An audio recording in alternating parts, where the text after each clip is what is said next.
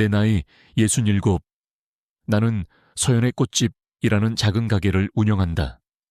남편이 세상을 떠나고 자식들도 모두 제 가정을 꾸려나간 뒤 이 작은 공간은 내 세상의 전부가 되었다.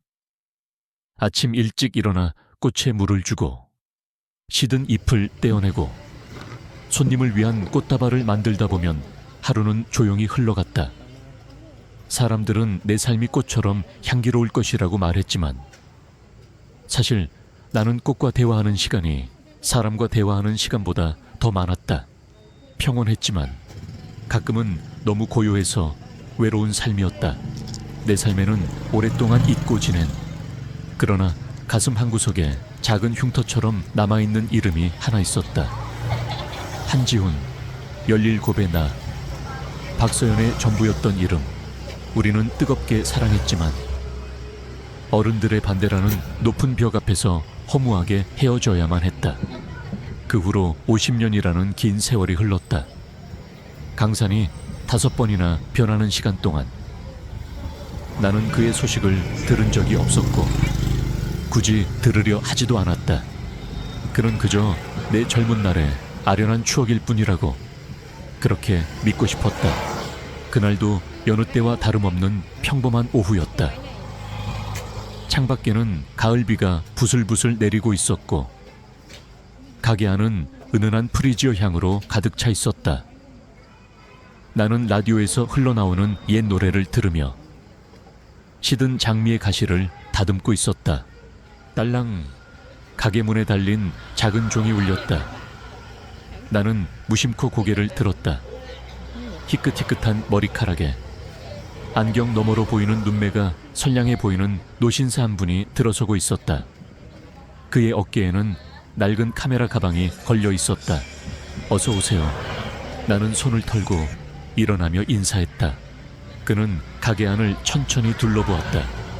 그러다 프리지어가 놓인 곳 앞에서 걸음을 멈췄다. 프리지어가 참 좋군요. 그의 낮은 목소리가 비 오는 날의 공기처럼 차분하게 울렸다. 네, 향이 좋지요. 그가 꽃을 고르는 동안 나는 어쩐지 그에게서 눈을 뗄 수가 없었다. 낯선 손님인데 이상하게 낯설지가 않았다. 그의 목소리, 안경 너머의 눈빛, 분위기, 모든 것이 희미한 기시감을 불러일으켰다. 그가 마침내 고개를 돌려 나와 눈을 마주쳤다. 우리는 한참 동안 아무 말도 하지 못했다. 그의 눈동자가 놀라움으로 커지는 것을 보았다. 그의 눈빛 속에서 50년이라는 세월이 폭풍처럼 휘몰아쳤다. 주름진 그의 얼굴 위로 18 소년의 풋풋한 얼굴이 겹쳐 보였다. 혹시 그가 먼저 입을 열었다. 그의 목소리는 미세하게 떨리고 있었다. 박서연 씨 아니십니까? 그가 내 이름을 부르는 순간 내 심장이 쿵 하고 내려앉았다. 세상에 수많은 박서연이 있겠지만 그의 입에서 나온 그 이름은 오직 나 하나일 수밖에 없었다. 내 손에 들려있던 가위가 바닥으로 툭 떨어졌다. 한지훈 씨, 내 목소리 역시 프레다델스키 떨려 나왔다. 그는 천천히 고개를 끄덕였다. 그의 얼굴에 반가움과 슬픔, 그리고 말로 표현할 수 없는 복잡한 감정이 스쳐 지나갔다. 우리 사이에는 꽃으로 가득 찬 계산대와 그보다 더 아득한 50년이라는 시간이 가로놓여 있었다. 우리는 더 이상 17 소녀와 18 소년이 아니었다. 머리에는 서리가 내리고 눈께는 세월의 강이 흐르는 늙고 지친 두 사람이 서 있을 뿐이었다. 정말 서연 씨가 맞군요. 하나도 변하지 않았어. 아니, 많이 변했네요. 그가 어색하게 웃으며 말했다. 지훈 씨야말로 멋지게 늙으셨네요. 나 역시 무슨 말을 해야 할지 몰라 서툰 대답을 건넸다. 우리는 한참 동안 시시콜콜한 이야기를 나누었다. 어떻게 지냈는지, 무엇을 하며 살았는지. 그는 평생 사진을 찍으며 살았다고 했다. 나는 이 작은 꽃집이 내 전부라고 했다. 우리의 대화는 자꾸만 끊겼고 그 사이를 어색한 침묵이 채웠다. 하지만 그 침묵 속에서도 우리는 서로의 눈빛에서 같은 것을 읽고 있었다. 그리움, 그리고 그 시절에 대한 애틋함. 프리지어를 좋아하던 건 여전하시군요. 그가 말했다. 기억하고 있었네요. 어떻게 있겠소. 그때 내가 처음 선물했던 꽃도 프리지어였는데 그의 말 한마디에 굳게 닫아두었던 기억의 수문이 열리는 듯했다. 빗속을 함께 뛰어가던 기억, 몰래 손을 잡고 설레던 기억, 그리고 마지막으로 헤어지던 날, 그의 눈물 젖은 얼굴까지. 그는 프리지어 한 다발을 사서 나갔다.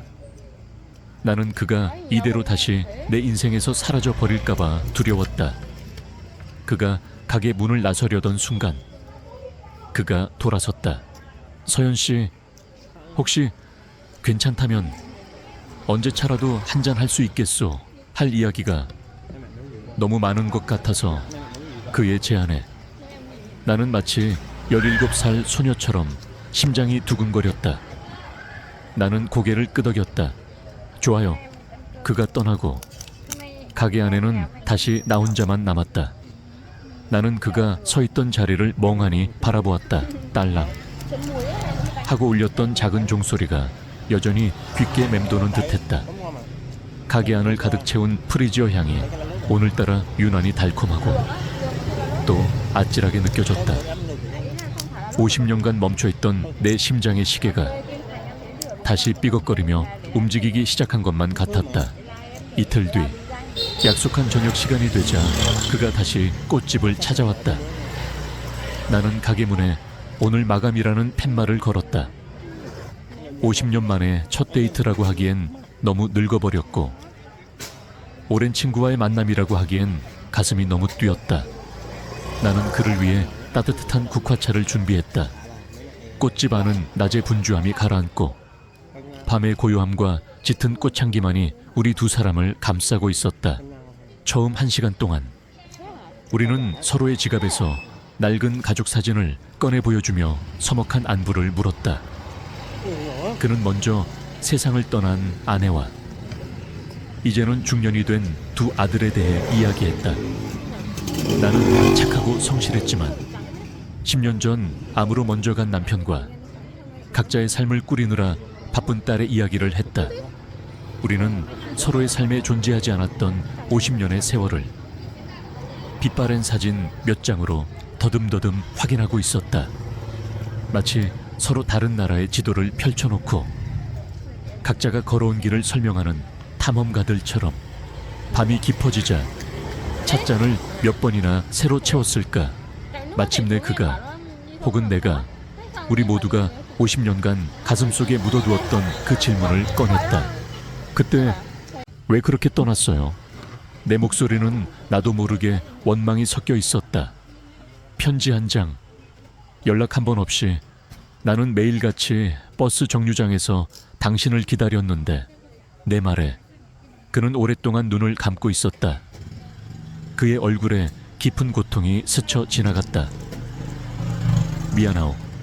서연 씨, 정말 미안하오. 그가 입을 열었다. 그날 서연 씨의 부모님을 찾아뵈었소. 무릎을 꿇고 따님을 달라고 행복하게 해주겠다고 빌었지. 하지만 서연 씨의 아버님은 내게 내놈 같은 고아, 뜬구름 잡는 사진쟁이에게는 내 딸을 줄 수 없다고 하셨소. 그리고 내게 돈 봉투를 쥐어주며 다시는 서연 씨 앞에 나타나지 말라고 했소. 그의 이야기는 내가 어렴풋이 짐작했던 그대로였다.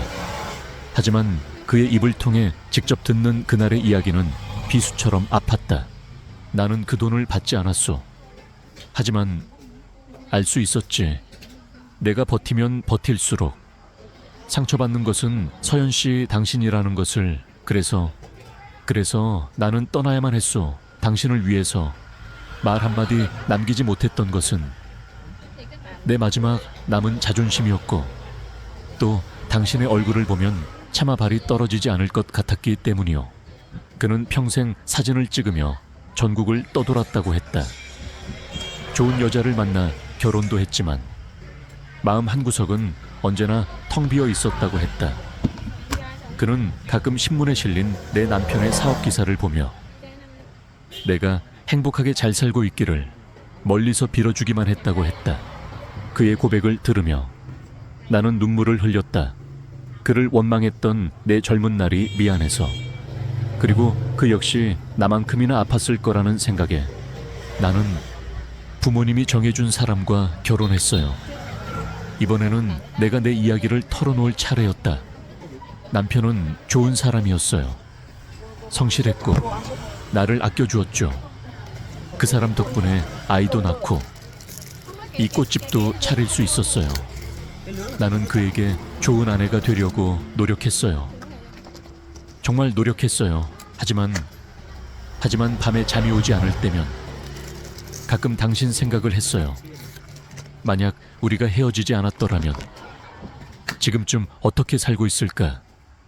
당신은 여전히 사진을 찍고 나는 당신 옆에서 웃고 있었을까? 우리는 밤이 새는 줄도 모르고 이야기를 나누었다. 50년이라는 시간 속에 겹겹이 쌓여있던 오해와 아픔, 그리움의 감정들을 하나씩 풀어냈다. 우리는 서로의 삶을 비난하지 않았다.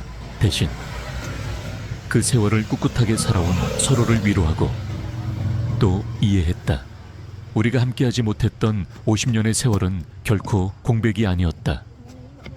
그 안에는 각자의 기쁨과 슬픔, 책임과 의무가 빼곡히 들어차 있었다.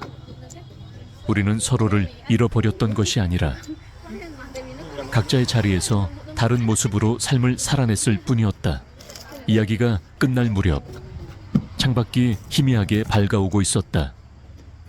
꽃집 안은 새벽의 푸른빛과 밤의 그림자가 뒤섞여 신비로운 분위기를 자아냈다. 우리는 감정이 소진되어 말이 없었다. 나는 지친 그의 손등 위로 내 손을 가만히 포겠다. 주름지고 거친 두 개의 손이 50년 만에 처음으로 서로의 온기를 나누었다. 고맙소. 서연 씨, 내 이야기를 들어주어서 나도 고마워요. 지훈 씨, 다시 나타나 주어서. 우리는 서로를 보며 희미하게 웃었다. 그것은 17, 18배 풋풋한 웃음이 아니었다. 모든 것을 겪어내고 모든 것을 이해하게 된 67, 68배 평온한 미소였다. 50년 만의 하룻밤. 우리는 그 어떤 육체적 관계보다도 더 깊고 완전하게 서로의 영혼을 끌어안았다. 길고 길었던 오해의 밤이 지나고 마침내 우리 두 사람에게 새로운 아침이 오고 있었다. 밤새 내린 비는 아침이 되자 그쳐 있었다. 창밖 세상은 비에 씻겨 더없이 깨끗하고 싱그러워 보였다. 꽃집 안은 밤새 나눈 우리의 이야기와 새벽의 푸른빛과 짙은 꽃향기가 뒤섞여 몽환적인 분위기를 자아내고 있었다. 우리는 가게 뒷방에서 간단히 아침을 먹었다. 내가 끓인 커피와 토스트 몇 조각이 전부인 소박한 식사였지만 50년 만에 함께하는 첫 아침 식사는 그 어떤 진수성찬보다도 따뜻하고 충만했다.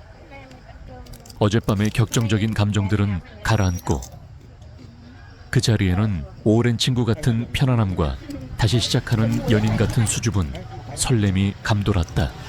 다음에는 우리 바다에 갈까요, 당신?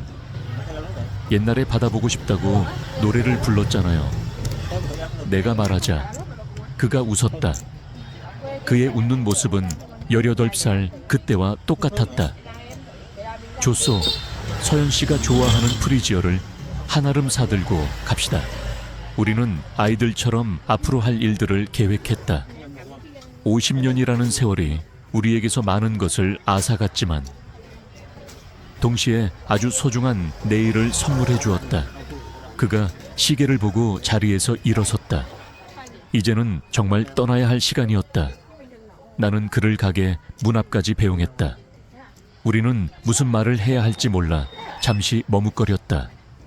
잘 가라는 인사도 또 보자는 약속도 이 순간에는 너무 평범하게 들렸다.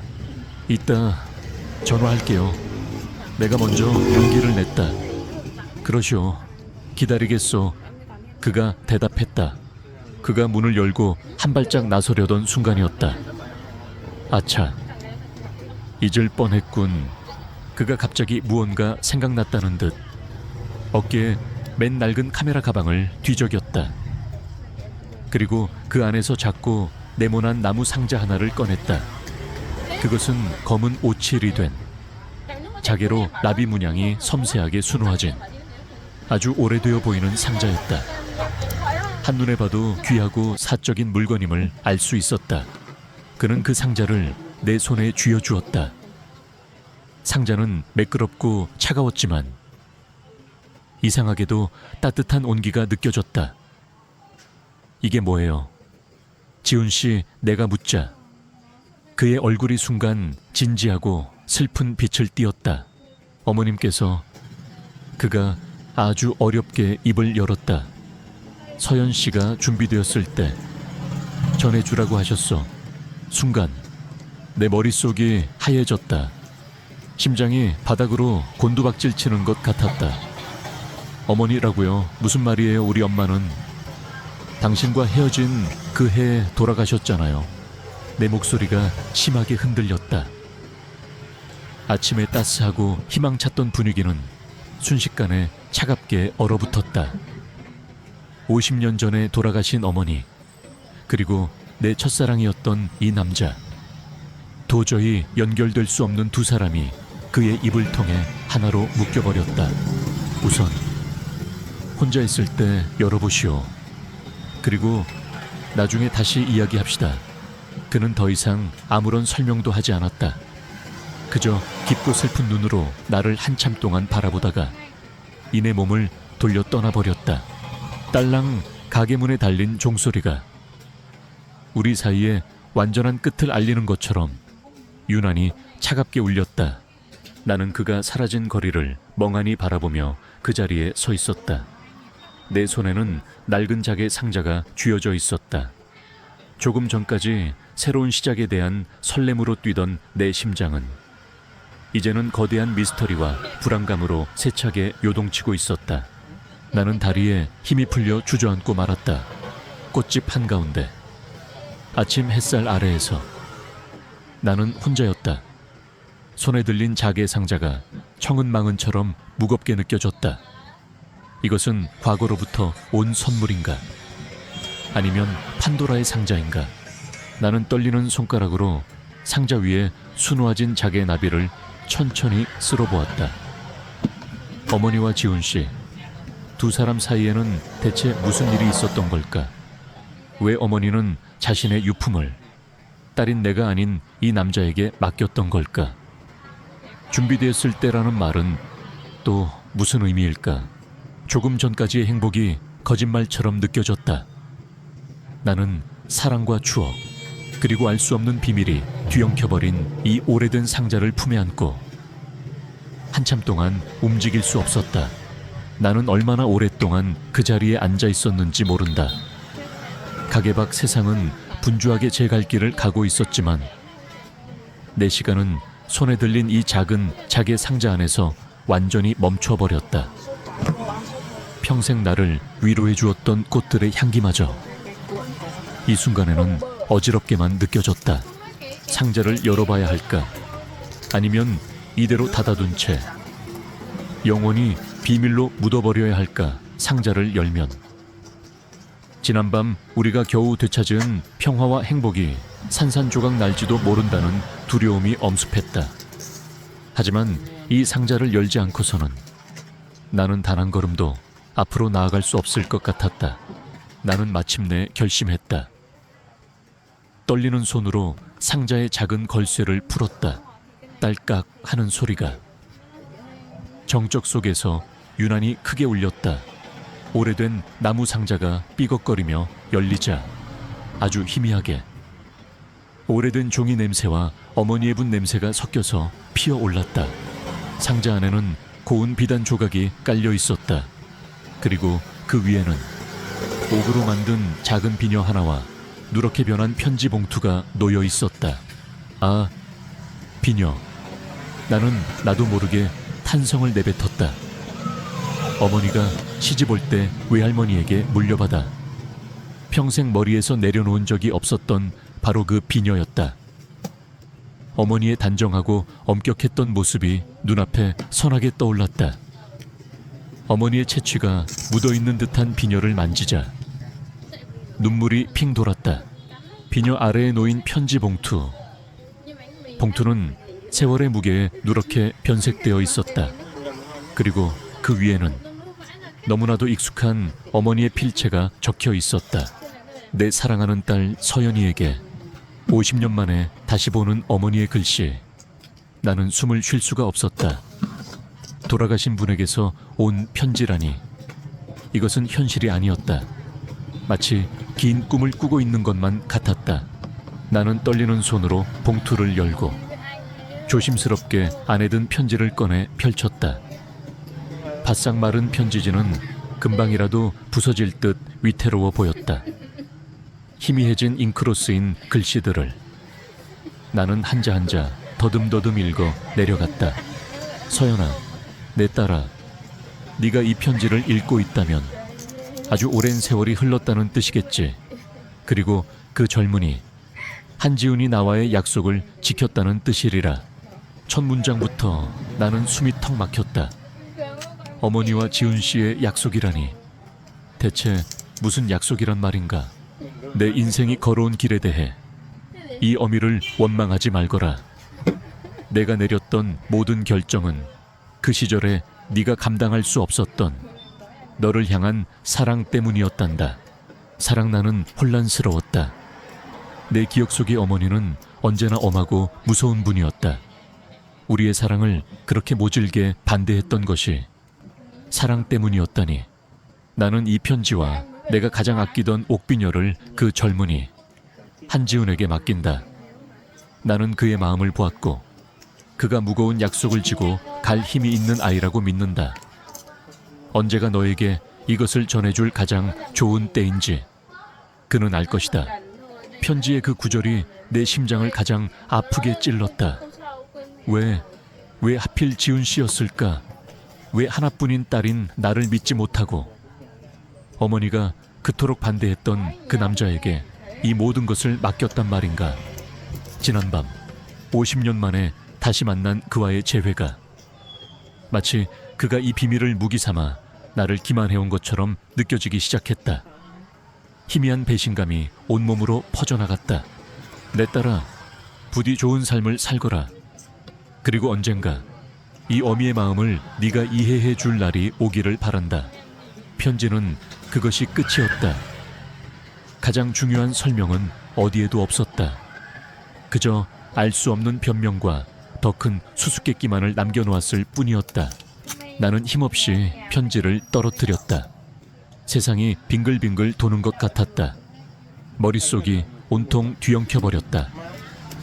어머니에 대한 나의 기억, 지훈 씨에 대한 나의 감정, 지난 50년의 내 삶 전체가 흔들리는 기분이었다. 나는 상자 속 옥비녀를 다시 바라보았다. 어머니의 사랑의 증표. 하지만 동시에 내가 이해할 수 없는 비밀의 증표이기도 했다. 지난밤의 행복은 이제 재처럼 식어버렸다. 그 자리는 이제 풀리지 않는 의문과 아픈 상처로 가득 찼다. 나는 이제 어떻게 해야 하는가? 50년 전의 유령을 품에 안고 내 인생에 다시 나타난 저 남자를 나는 이제 어떤 얼굴로 마주해야 한단 말인가? 꽃집 안에 달콤한 꽃향기가 역겹게 느껴지기 시작했다. 나는 대답 없는 질문들 속에서 그저 망연자실하게 앉아있을 뿐이었다. 그날 오후 나는 꽃집 문을 일찍 닫았다. 머릿속은 뒤엉킨 실타래처럼 복잡했고 심장은 납덩이라도 매달아 놓은 듯 무거웠다. 나는 지훈 씨에게 전화를 걸었다. 어젯밤의 설렘과 따뜻함은 온데간데 없고 내 목소리는 차갑고 딱딱하게 굳어 있었다. 지금 만날 수 있을까요? 드릴 말씀이 있어요. 우리는 그의 작업실에서 만나기로 했다. 그가 알려준 주소로 찾아간 곳은 오래된 상가 2층에 있는 작은 사진관이었다. 추억 사진관이라는 낡은 간판이 걸려 있었다. 문을 열고 들어서자 흑백 사진들이 벽에 가득 걸려 있었다. 웃고 있는 아이들의 얼굴, 주름진 노인의 손, 비 오는 날의 풍경, 그의 50년 세월이 그곳에 고스란히 담겨 있었다. 그는 작업실 한가운데 서 있었다. 내 차가운 목소리를 듣고 이미 짐작했는지 그의 얼굴에는 수심이 가득했다. 나는 말없이 다가가 우리가 마주 볼 수 있는 테이블 위에 자개 상자와 편지를 올려놓았다. 설명해봐요.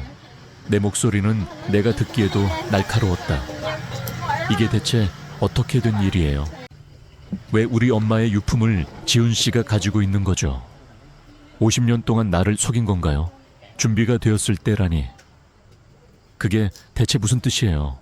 내 쏘아붙이는 말에 그는 아무 대답도 하지 못하고 고개를 숙였다. 그의 얼굴에 깊은 고뇌가 서려 있었다. 나는 그가 변명이라도 해주길 바랐다. 하지만 그는 한참 동안 침묵을 지켰다. 말해봐요. 제발. 내 목소리는 절규에 가까웠다.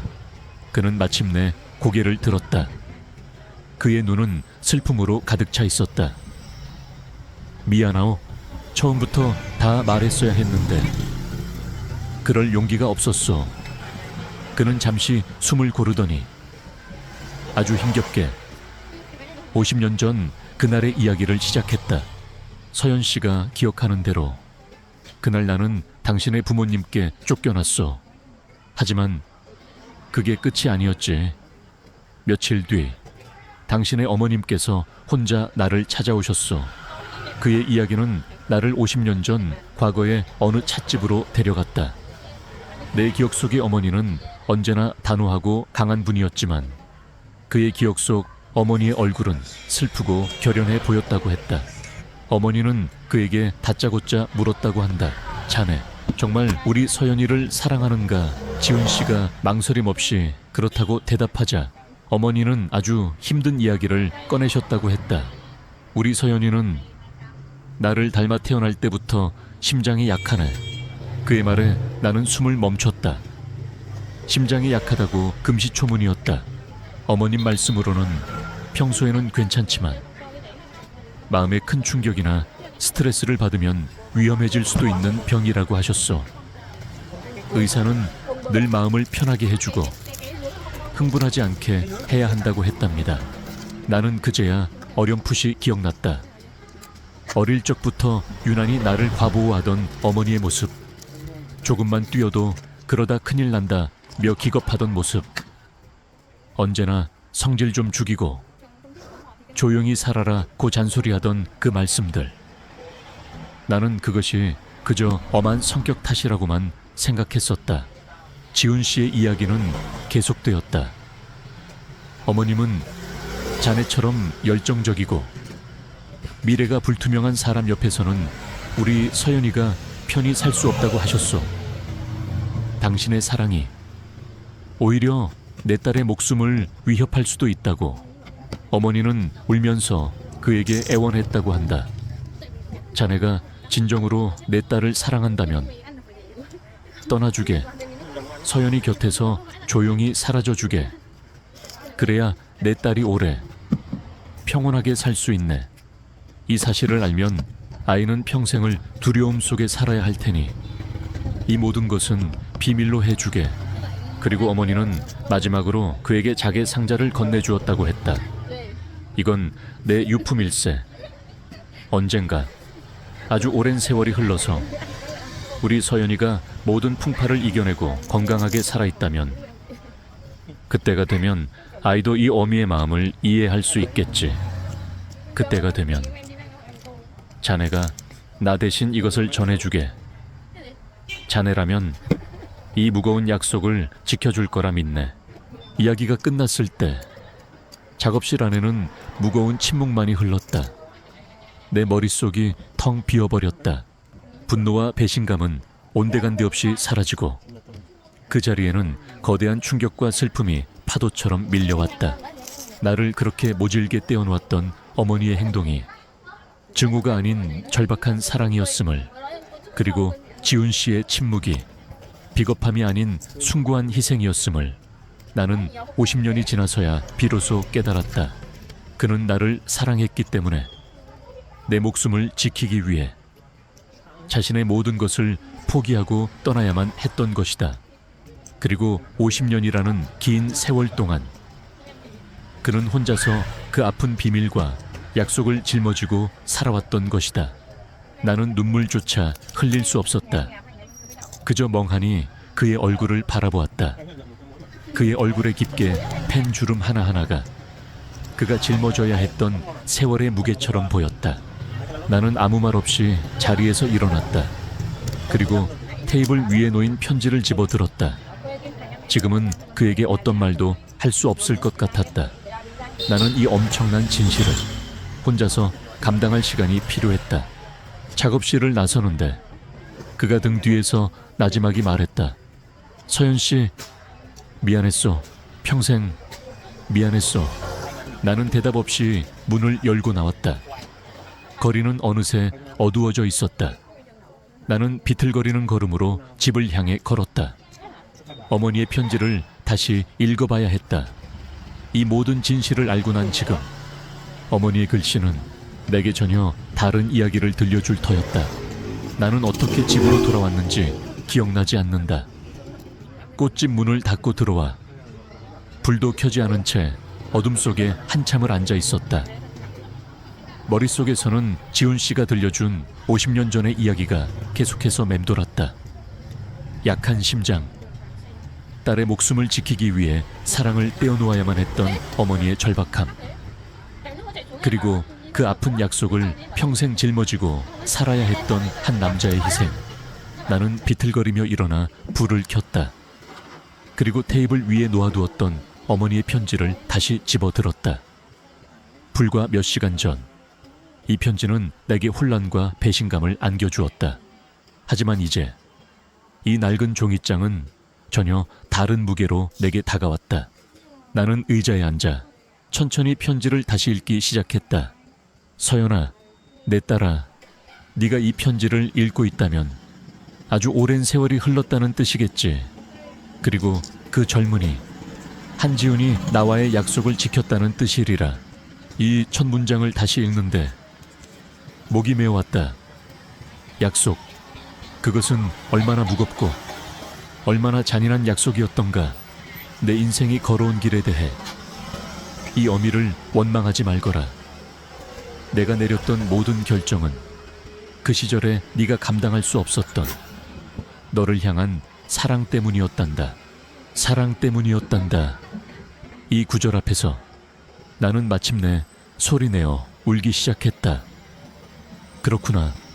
나를 그렇게 모질게 다그치고 내 사랑을 무참히 짓밟았던 그 모든 것이 나를 향한 사랑 때문이었구나.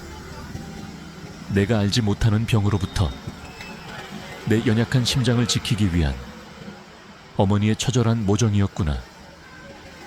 내 기억 속의 어머니는 언제나 강하고 엄격한 분이었다. 하지만 이 편지 뒤에는 딸이 잘못될까봐 밤마다 홀로 가슴을 졸였을 한없이 약한 여인이 숨어 있었다. 나는 이 편지와 내가 가장 아끼던 옥비녀를 그 젊은이 한지훈에게 맡긴다. 나는 그의 마음을 보았고 그가 무거운 약속을 지고 갈 힘이 있는 아이라고 믿는다. 이제야 알 것 같았다. 어머니는 지훈 씨의 가난이나 직업 때문에 우리를 반대한 것이 아니었다. 오히려 그의 깊고 진실한 마음을, 그의 강한 책임감을 꿰뚫어 보았던 것이다.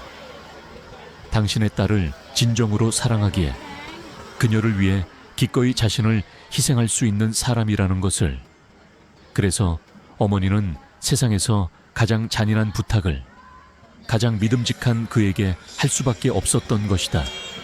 하나뿐인 딸을 맡기지 못하면서 딸의 목숨을 지켜달라는 약속을 맡겨야 했던 어머니의 찢어지는 마음을 나는 이제야 헤아릴 수 있었다. 나는 한참 동안 아이처럼 울었다. 50년간 쌓아왔던 어머니에 대한 원망과 오해를 그 눈물과 함께 모두 씻어내는 듯했다. 그것은 정화의 눈물이었고 화해의 눈물이었다. 눈물이 잦아들자 나는 자개 상자에서 옥비녀를 꺼내 들었다. 차갑지만 매끄러운 옥의 감촉. 나는 거울 앞으로 다가가 그 비녀를 내 희끗희끗한 머리에 조심스럽게 꽂아보았다. 거울 속 내 모습 위로 단정하게 비녀를 꽂고 나를 보며 걱정스럽게 미소 짓던 젊은 날의 어머니 얼굴이 겹쳐 보였다. 어머니, 이제 알겠어요. 어머니의 마음을 이제야 알겠어요. 죄송해요. 너무 오랫동안 어머니를 미워해서 죄송해요. 나는 거울을 보며 나지막이 속삭였다. 마음속 응어리가 스르르 풀리며 수십 년 만에 처음으로 어머니와 화해하는 기분이 들었다. 그리고 내 생각은 자연스럽게 지훈 씨에게로 향했다. 그의 희생의 무게가 파도처럼 나를 덮쳤다. 그는 단지 나를 떠난 것이 아니었다. 나를 살리기 위해 그는 자신의 행복을, 자신의 인생을 포기했던 것이다. 그리고 50년이라는 긴 세월을 그는 내 대한 미안함과 그리움을 그리고 어머니와의 그 무거운 약속을 홀로 짊어지고 살아왔다. 내가 한 남자의 아내가 되고 아이들의 엄마가 되어 평범한 행복을 누리는 동안 그는 얼마나 외롭고 힘들었을까. 그를 향한 내 마음은 이제 젊은 날의 애틋한 설렘을 넘어선 더 깊고 숭고한 감정으로 변해 있었다. 그의 위대한 사랑에 대한 감사함, 그의 고든 인품에 대한 존경심, 그리고 그의 고독했던 세월에 대한 끝없는 연민. 나는 편지와 비녀를 다시 자개 상자에 소중히 넣었다. 이제 이 상자는 내게 더 이상 혼란의 상징이 아니었다. 그것은 나를 향한 어머니의 깊은 사랑과 나를 향한 한 남자의 위대한 희생을 증명하는 세상에서 가장 소중한 보물이 되었다. 창밖이 다시 밝아오고 있었다. 또다시 밤을 새웠다. 하지만 어젯밤과는 전혀 다른 아침이었다. 길고 길었던 오해의 밤이 끝나고 모든 진실이 밝혀진 아침, 모든 것을 용서하고 모든 것을 이해하게 된 아침. 나는 이제 내가 무엇을 해야 할지 알았다. 나는 지훈 씨에게 가야 했다.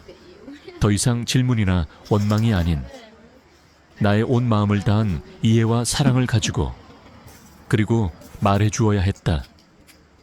당신의 50년은 헛되지 않았다고. 당신 덕분에 내가 이렇게 살아있다고.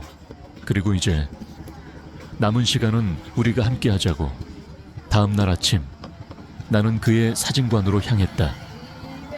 밤새 한숨도 자지 못했지만 몸은 깃털처럼 가벼웠다.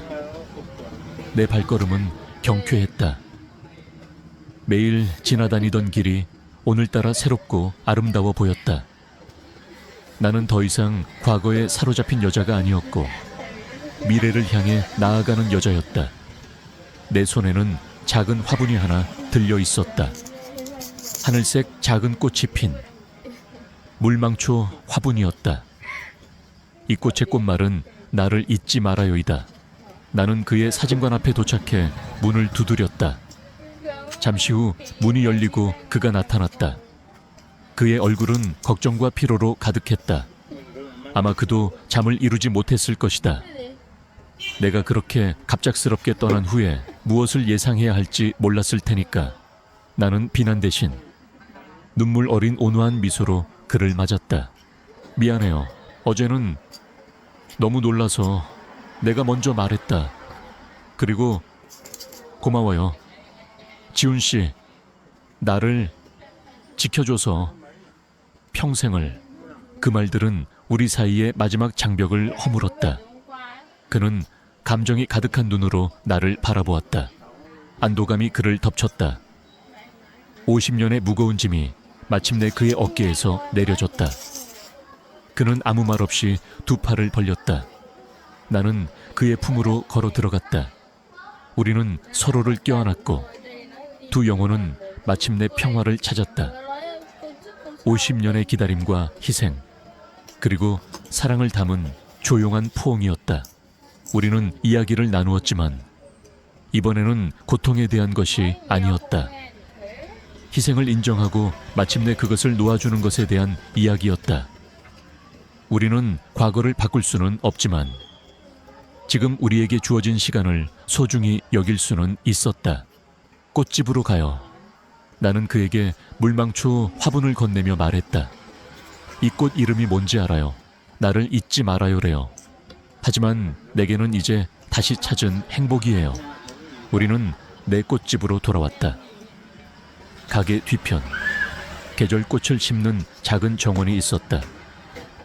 우리는 함께 작은 구덩이를 팠다. 우리의 주름지고 늙은 두 손이 함께 일했다. 우리는 구덩이에 꽃을 심고 흙을 덮었다. 이 단순한 행위는 우리의 조용한 의식이었고 새로운 삶을 함께 가꾸어 나가겠다는 약속이었다. 꽃을 심은 후 우리는 정원의 작은 벤치에 앉아 손을 잡고 새로 심은 나무에 비치는 햇살을 바라보았다. 오늘이 우리의 두 번째 첫날이네요.